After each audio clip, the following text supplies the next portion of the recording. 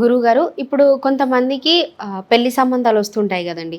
Almost okay అయిన తర్వాత అవి క్యాన్సిల్ అవ్వడం, లేకపోతే ఇతరేతర కారణాల వల్ల అవి మొత్తం ఇటు అమ్మాయికే కానీ ఇటు అబ్బాయికే కానీ అన్నీ క్యాన్సిల్ అవ్వడం లాంటివి అవుతూ ఉంటాయి. సో దానికి రీజన్స్ ఏమై ఉంటాయి అసలు? యాక్చువల్గా ఆడిదాకా ఆడిదాకా పోయిన తర్వాత ఎందుకు క్యాన్సిల్ అవుతాయి? ఓం శ్రీ మాత్రే నమః. ఓం నమ శివాయ. అమ్మ, ఇప్పుడు మ్యారేజెస్ అనేది చాలామందికి ఇప్పుడు దీంట్లో వధువరువులు కలుసుకొని మ్యారేజ్ చేసుకోవాలి అని ఒక ఆలోచన చాలామందికి కుటుంబంలో ఆ ఇంట్లో ఎదిగొచ్చిన వాళ్ళకి పెళ్ళిళ్ళు చేయాలని చాలామందికి ఉంటుంది. అది కూతురు కావచ్చు, కొడుకు కావచ్చు. అయితే వాళ్ళ గురించి కొన్ని సంబంధాల గురించి వాళ్ళ దగ్గర సంబంధాలు చూసుకోవాలని కొంతమందికి ఇంట్లో వాళ్ళకి, కొంతమందికి వీళ్ళకైతే బయట సంబంధం అయితే మనకి బాగుంటుంది, బాబుకి ఒక మంచి భవిష్యత్తు ఉంటుంది, అమ్మాయికి కూడా ఒక మంచి భవిష్యత్తు ఉంటుందని ఇట్లా పేరెంట్స్ ఆలోచిస్తూ ఉంటారు. అయితే ఈ పిల్లలు ఏం చేస్తారంటే కొంతమంది వాళ్ళ మనస్తత్వానికి నచ్చినట్టుగా, అంటే అది లవ్ మ్యారేజెస్, లవ్ చేసుకోవాలని అలాగని కొంతమంది ఆలోచిస్తుంటారు. అయితే ఏంటంటే వీళ్ళకి ఒక కాన్సెప్ట్ ఏంటంటే ముఖ్యంగా ఇంట్లో పేరెంట్స్కి పిల్లలు ఎదగాలి, ఒక స్థితికి రావాలి అంటే వాళ్ళు ముందుగా ఉండేది వాళ్ళ పొజిషన్లోకి వచ్చిన తర్వాత మ్యారేజెస్ చూస్తుంటారు, మ్యాచెస్. అవి చూసేటప్పుడు ఏంటంటే మనకి దగ్గర వాళ్ళు కావచ్చు, దూరం వాళ్ళు కావచ్చు, ఎటువంటి వాళ్ళైనా పర్వాలేదు. కాకపోతే రేపు భవిష్యత్తులో ఆ వధువు మన ఇంటికి వచ్చిందిరా అంటే, ఆ కోడలి పిల్ల మన ఇంటికి వచ్చిందిరా అంటే మన అందరితో కలివిడిగా ఉండాలి, కలిసిపోవాలి, జాతక ఫలాలు కలవాలి అనేది అందరూ ఆలోచించేది.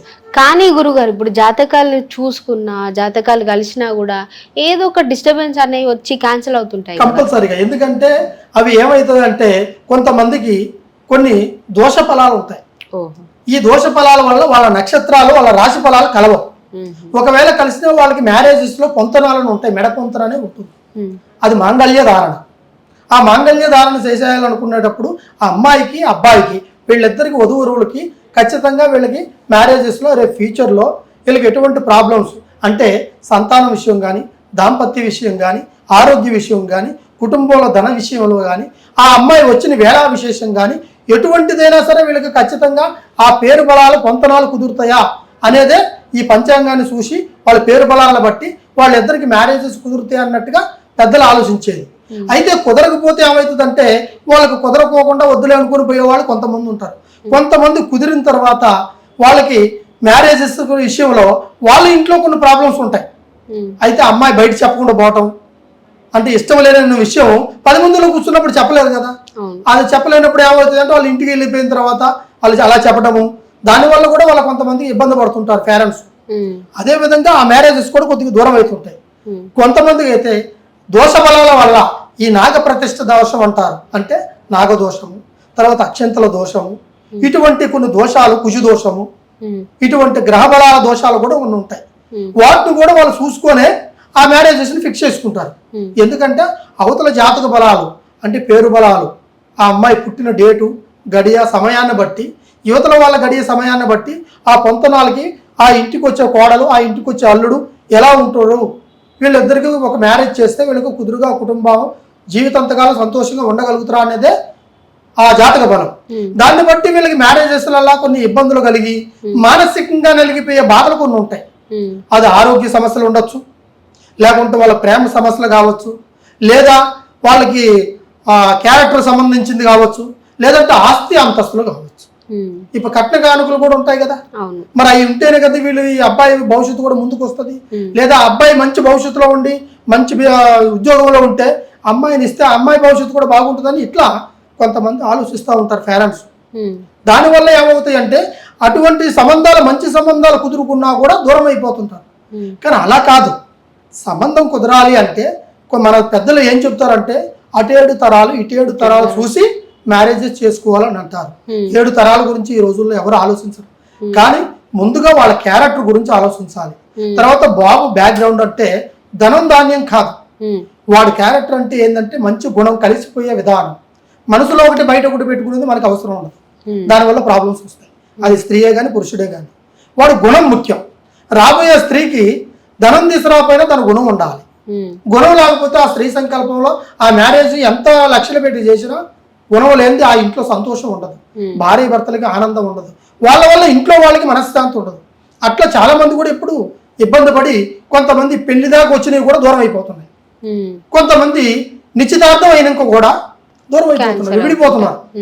ఎందువల్ల వాడి క్యారెక్టర్ నచ్చకనో, లేకుంటే అబ్బాయి భవిష్యత్తుకి అమ్మాయి కరెక్ట్ కాదనో, ఇలాగ ముందుగా చూసుకునే ఏదైనా చేయాలి. ఇలా చేయకుండా ఉండేదాని వల్ల అవతల అబ్బాయికి కావచ్చు, అమ్మాయికి కావచ్చు, ఈ వధువరులకి ఇద్దరికి కావచ్చు చాలా ఇబ్బందులు పడే అవకాశాలు కంపల్సరీగా ఉంటాయి. అయితే దీనికి కొన్ని దోష బలాలు, కొన్ని ప్రభావాలు, కొంతమంది పెద్దవాళ్ళ పేరెంట్స్ వాళ్ళ మిస్టేక్ లేదా పిల్లల మిస్టేక్ వాళ్ళ మనసులో ఉన్నది.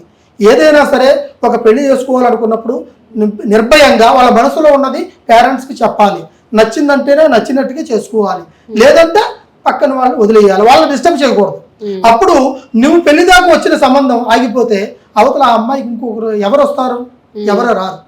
దానివల్ల కూడా కొన్ని ప్రాబ్లమ్స్ ఉంటాయి కొంతమంది, అలాగే ఆగిపోయినవి కూడా చాలా ఉన్నాయి. ఇప్పుడు వీటికి ఖచ్చితంగా దోష బలాలే కారణం అని అన్నారు కదా కంపల్సరీ క్యాన్సిల్ అవ్వడానికి. సో మరి ఒకవేళ ముందే ఆలోచించుకున్నట్టయితే అప్పుడు ఇలా పూజలు కానీ ఇవన్నీ చేస్తే దోషాలు పోయే అవకాశం ఉంటుందా? ఇటువంటి దోషాలు ఉన్న వాళ్ళకి పరిహారాలు ఉన్నాయి. కొంతమంది ఏంటంటే నాగదోషం అంటే అది ఖచ్చితంగా కాళహస్తిపై చేపించుకోవాలి, అక్కడ పలాడు గుళ్ళో చేపించుకోవాలి. ఇట గ్రహ దోషాలు ఉన్న వాళ్ళకి కుజు దోషము, శుక్ర దోషము, ఒకవేళ అట్లాంటి దోషాలు ఉంటే పెళ్లికి నిశ్చయించుకునే ముందే ఆలోచించుకుని క్యాన్సిల్ చేసే కంపల్సరీగా అయ్యే జాతక ఫలాలు చూసే దానికే ఆ అమ్మాయి పేరు, జాతకం, పుట్టిన డేట్ ఆఫ్ బర్త్ ను బట్టి ఆ అమ్మాయి జాతకంలో కరెక్ట్ గా శుక్ర మహాదశ ఉందా, లేకుంటే ఆ అమ్మాయి ఏ దశలో నడుస్తుంది, అబ్బాయి దశ జాతకం ఏ విధంగా నడుస్తుంది అనేది చూసిన తర్వాతనే ఆ పెళ్లి పొంతనాలు వాళ్ళిద్దరికి ఎలా వచ్చింది, అమ్మాయికి అబ్బాయి కలుసుకుంటాం, పొంతన బలాలు ఎలా కలుస్తున్నాయి అంటే అవి కరెక్ట్గా 32 నుంచి పైభాగంలో ఉండాలి. అప్పుడు ఏమవుతుందంటే వాళ్ళ పొంతనాలు బలంగా కలుస్తాయి. ఆరోగ్య సమస్య ముందు, తర్వాత దాంపత్యం, తర్వాత వాళ్ళకి సంతాన భాగ్యం, ధన సంకల్ప భాగ్యం, కుటుంబంలో అందరినీ ఆకట్టుకొని అందరితో మంచిగా ఉండేది, తర్వాత ఆ ఇంటికి కోడలుగా వచ్చిన విశేషాన్ని బట్టి ఆ ఇంట్లో వాళ్ళు కూడా ప్రశాంతతగా ఉండే అవకాశాలు ఉంటాయి. కానీ ఇటువంటి ప్రాబ్లమ్స్ ఉన్న వాళ్ళు చాలామంది ఉన్నారు. ఇలా క్యాన్సిల్ అయిపోతే దానివల్ల కొన్ని ప్రాబ్లమ్స్ ఏమో పెద్దలు కానీ పిల్లలు కానీ తెచ్చి పెడుతుంటారు. కొంతమందికి ఈ ఇట్లా దోష బలాలు ఉంటాయి, ఈ అక్షంతల దోషం అని, నాగదోషం అని, కొంతమంది చెడు ప్రభావాల వల్ల కూడా వాళ్ళకి పెళ్ళిళ్ళు కూడా క్యాన్సిల్ అయిపోవడము. మంచిగా జరుగుతుంది అనుకో, వాళ్ళ పెళ్లి జరగకూడదు, వాళ్ళకి విడాకులు కావాలి, లేదా వాళ్ళకి మాత్రంగా పెళ్లి దగ్గరికి వచ్చి దూరం అయిపోవాలి అనుకునే వాళ్ళు కూడా చాలా మంది ఇట్లా సూపులతో చేసేవాళ్ళు కూడా ఉంటారు. ఇటువంటి ప్రాబ్లం కూడా ఉంటాయి, కొంతమందికి తెలియవు. కొంతమంది ఏమనుకుంటారంటే అమ్మో మా అమ్మాయి దోషం ఉందని చెప్పారు, అదే కాబోలు దానివల్ల సంబంధాలు వచ్చిపోతున్నాయి అనుకుని చాలా మంది బాధపడుతుంటారు. మీకు ఎటువంటి సమస్య ఉన్నా కూడా ఒక్కసారి మమ్మల్ని సంప్రదిస్తే కంపల్సరిగా దానికి తగినట్టుగా పరిష్కారం చెప్పి మీకు కళ్యాణ విషయంలో దూరమైనా, ఒకవేళ నిశ్చితార్థమై మీకు దూరం అయిపోయినా అటువంటి వాళ్ళకు కూడా మళ్ళీ కళ్యాణ బలాన్ని కల్పించి మీకు మంచి భవిష్యత్తులో మీకు వధువరులు కావాల్సిన వాళ్ళకి ఎటువంటి సంబంధమైనా మీకు కుదిరేటట్టుగా నేను చేస్తాను. షేర్ చేయండి, లైక్ చేయండి, సబ్స్క్రైబ్ చేయండి. మరిన్ని వీడియోల కోసం బెల్ సింబల్ పై క్లిక్ చేయండి.